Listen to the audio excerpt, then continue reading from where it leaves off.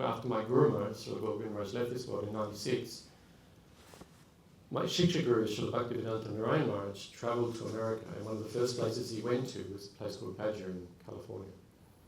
And Maharaj, that time, was a 10-year-old boy. And immediately Gurudev grabbed him and said, "You will be a brahmachari." His whole life he's lived as a celibate monk. So he doesn't want any of these things. He doesn't need any of the things. Everything is there. He's only here to share what he's trained and what his Guru has taught him to give. Hare Krishna, Krishna Krishna, Hare Hare, Hare Rama, Rama Rama, Hare Hare. Jai Shri Gurudev Ji Maharaj ki Jai, Shri Swami Prabhupada ki Jai, Samasta Rupanu Guru Guru Varga ki Jai, Saparshad Gaur Hari ki Jai, Gaur Nityananda Prabhu ki Jai, Shri Radha Manju ki Jai.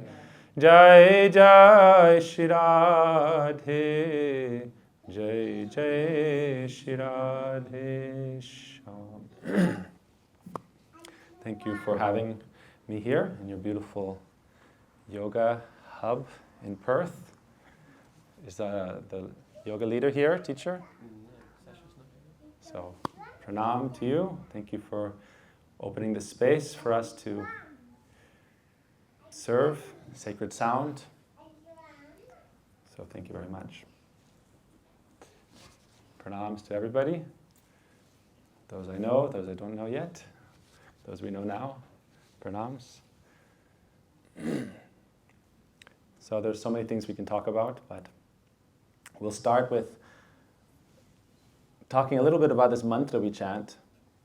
It's here, so we should acknowledge the presence of this mantra, if that's okay.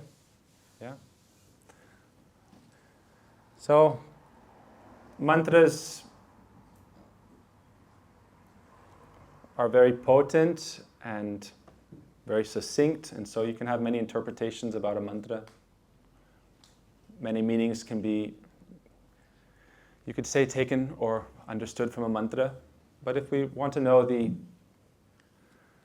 deepest meanings, we should go to those who are fully realized and those who have explained these mantras.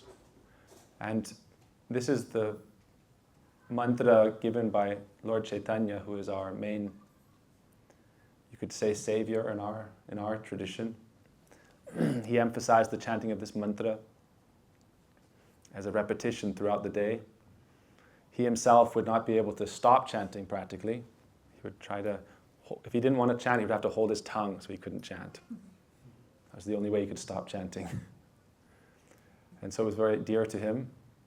And a lot of his first disciples, under his direction, they illuminated the meanings of this mantra. And so we'll start from there as kind of a thesis. Maha means great, and mantra is a mantra. I like to think of this mantra as the original love song. And if you had to put all love songs in one mantra, and from one mantra you could manifest all love songs, that would be this mantra. Because how many books of poetry are you going to write? How many songs are you going to manifest? These songs of love are coming throughout time in different languages by different poets in millions of forms. Can we agree upon that? What do you think? Every tradition has different love songs. Human love, love to nature, love to God. So if you could think of it as this mantra's the emporium, the reservoir of all sources of divine love. And that's how it's described, not directly, but if you look at the meanings by the disciples of Lord Chaitanya, it's described like a love song. But many love songs, they're full of many words. This only has 3 words, repeating over and over in a loop, infinite loop. Hare Krishna Ram. In other words, the words are something that are felt in the heart, and they form many songs, many poems, many prayers the mantra is not many words. The mantra is the source, the energy source of all the expressions. Many religions, they focus on, and rightfully so, but they focus on the soul in its focus on God and how we can approach God or realize God.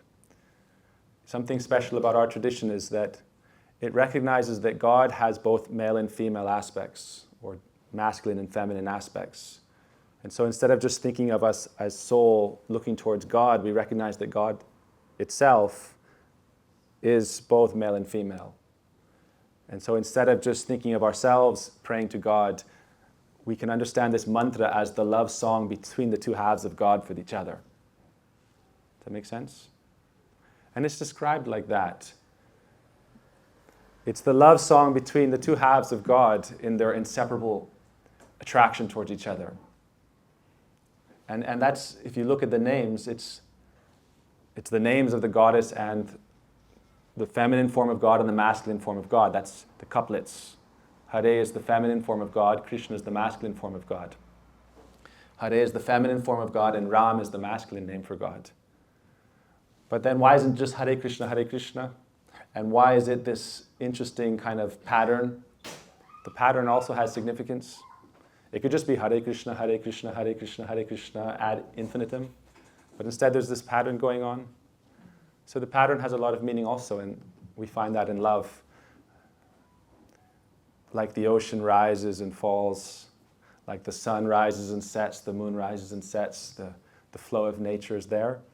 So this is symbolizing the meeting and separation between lover and beloved. When it's Hare, it's the name of Shakti, the feminine. Krishna is the name of the divine masculine. And when they're together, it's described that they are meeting. Hare Krishna, Hare Krishna. And then when the two names of the masculine are together, it's described that the feminine is calling out to the beloved in a mood of separation. Krishna, Krishna, she's calling to him. And when it's her two names together, Hare, Hare, it's described that he is calling to her in the mood of separation. Hare, Hare.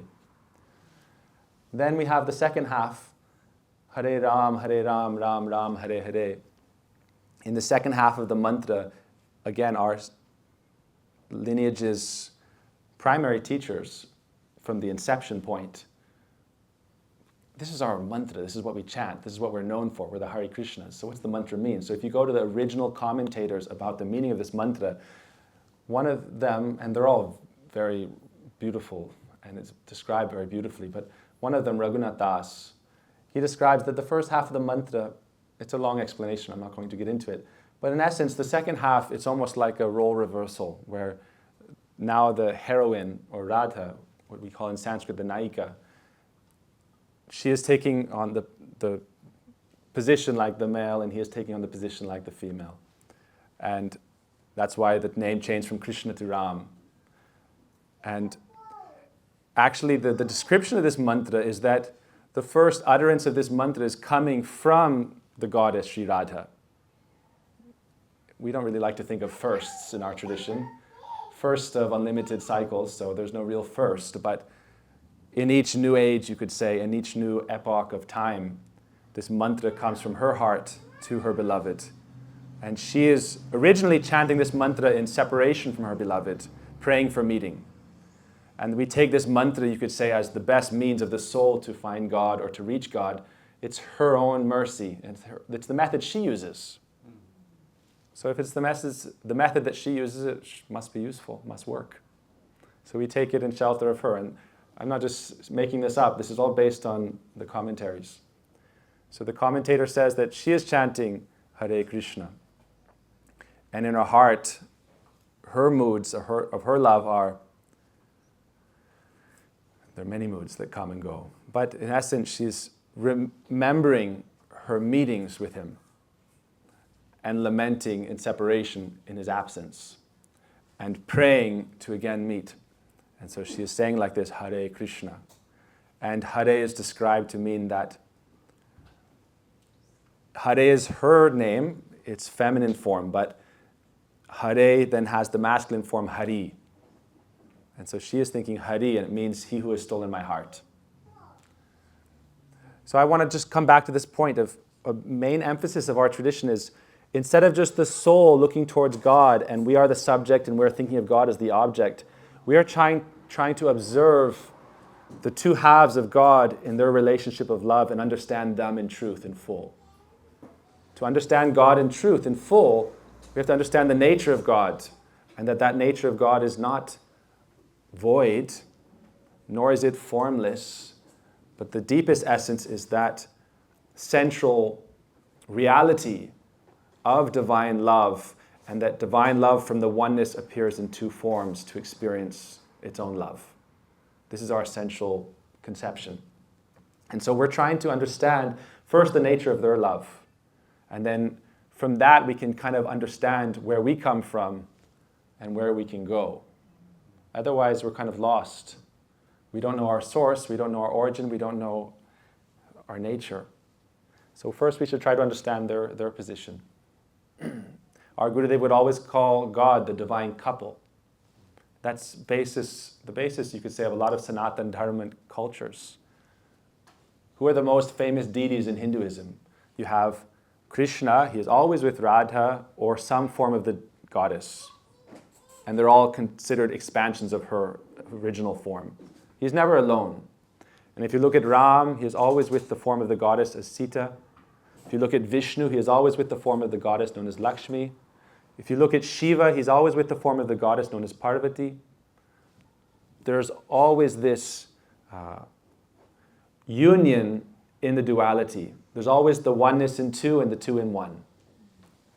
And if you believe that God has personality or any kind of consciousness, our gurus would say, actually, original personality is the source of consciousness, not consciousness is the source of personality. Without personality, how can you have real consciousness? Even the scientists talk about that. Without form and without personality, consciousness just loses its meaning, just becomes impersonal, void. Yeah. Then there's no consciousness. So anyhow, back to the meaning. She's praying, Hare, why have you stolen my heart? You are all attractive. And so this is the actual meaning of Krishna. God is all attractive.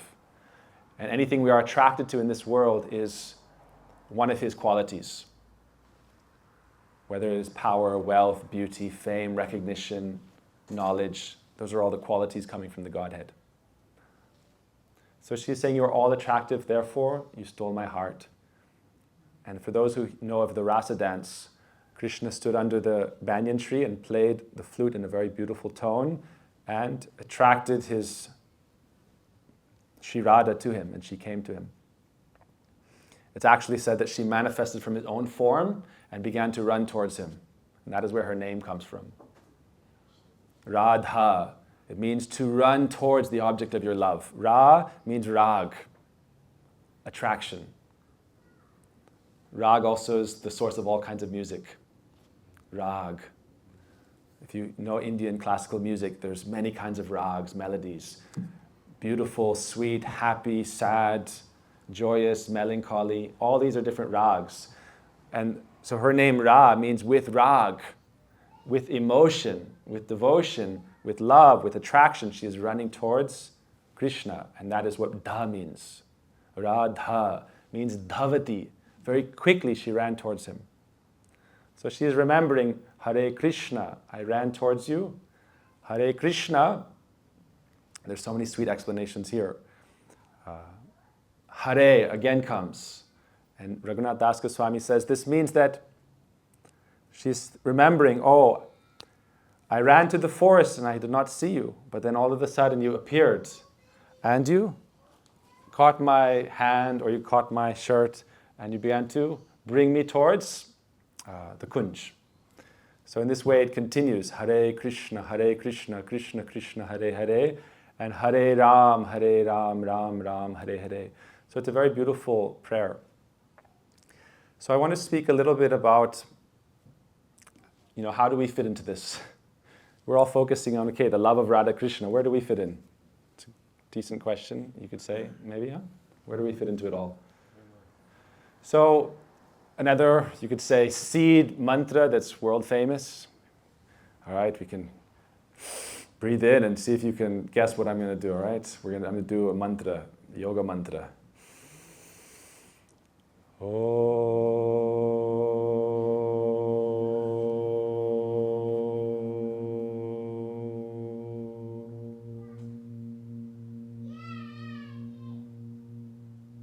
Let's do one more.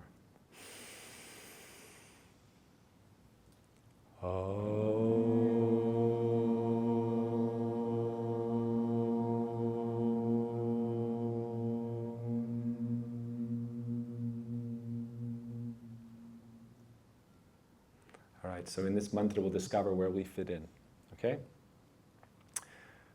There's two spellings of Om in the West. Who wants to spell it for us? O-M. Okay. And the other one? A-U-M. Which one? Who prefers which one? A-U-M. That's more like classical, traditional. Those who've been practicing yoga for a while, they know that one, yeah? Aum. Within this Om, creation, maintenance, devastation, the cycles of the universe, everything is present. Ah starts down here, creation. Oh, in the mouth, maintenance. Ma, pralaya, cycles over and over and over. Our Guru would teach that Aum also has a deeper essence, a deeper meaning. And it's the idea of God as masculine and feminine and the soul. And so Au, and then is Radha Krishna. Is like God, the masculine. And then Hu, and then Ma. Ma is like, it's not a Ma, but it's how you close it. So everyone probably knows the Sanskrit symbol. You know, they say like even from the Sanskrit symbol you can find Einstein's famous E equals mc squared. Have you ever seen that? It's very interesting. This is very powerful mantras, very powerful symbols. So our Gurus would say you have the kind of inverted 3, and then you have this little tail, like a wave, very beautiful wave. And then you have the dot. And he says that dot represents the soul, and this is Krishna, and this is Radha. What is the dot closer to, Krishna or Radha? It's also called the moon, the half moon in the bindu. Like you see Hindus will wear, especially ladies will wear a red dot, bindu, bindi. So our Gurus would say that this is symbolic of the soul, because I would argue undeniably we exist. As the philosopher René Descartes would say, cogito ergo sum, I think, therefore I am, I exist. So I want to take this idea of my existence, our existence, and lead it to the destination of how do we relate with the divine as Radha Krishna, if that is in our essence. So we want to start with that, right? That conception of I am. Does anybody want to argue that, or do we accept it? I am, I exist. So we as soul exist. That is our conception. So our Gurus would say that each soul is eternal. Now this is Bhagavad Gita 101. Each soul is eternal. There was never a time we did not exist, never a time we will not exist. We're always existing. And sometimes our relation with God is described to be like the sun and particles of light. You can't really, there we go, speaking of light.